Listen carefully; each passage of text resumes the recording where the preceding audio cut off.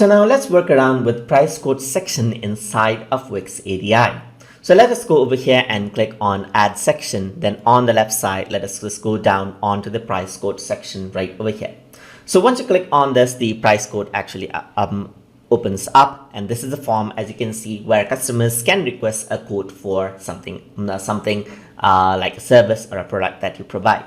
So over here it says get a quote, which is the option. So there's the title right here, subtitle. You can enable the paragraph over here as well, as you can see right here, to give it a bit of a detail. You can work around with the images and work around with the form. So I'm just going to go on to the form area right over here, and in the form area you'll be able to edit out sections like first name, last name, phone, and there's the comments, as you can see, which you can add in, and you can submit to request for a quote right over here.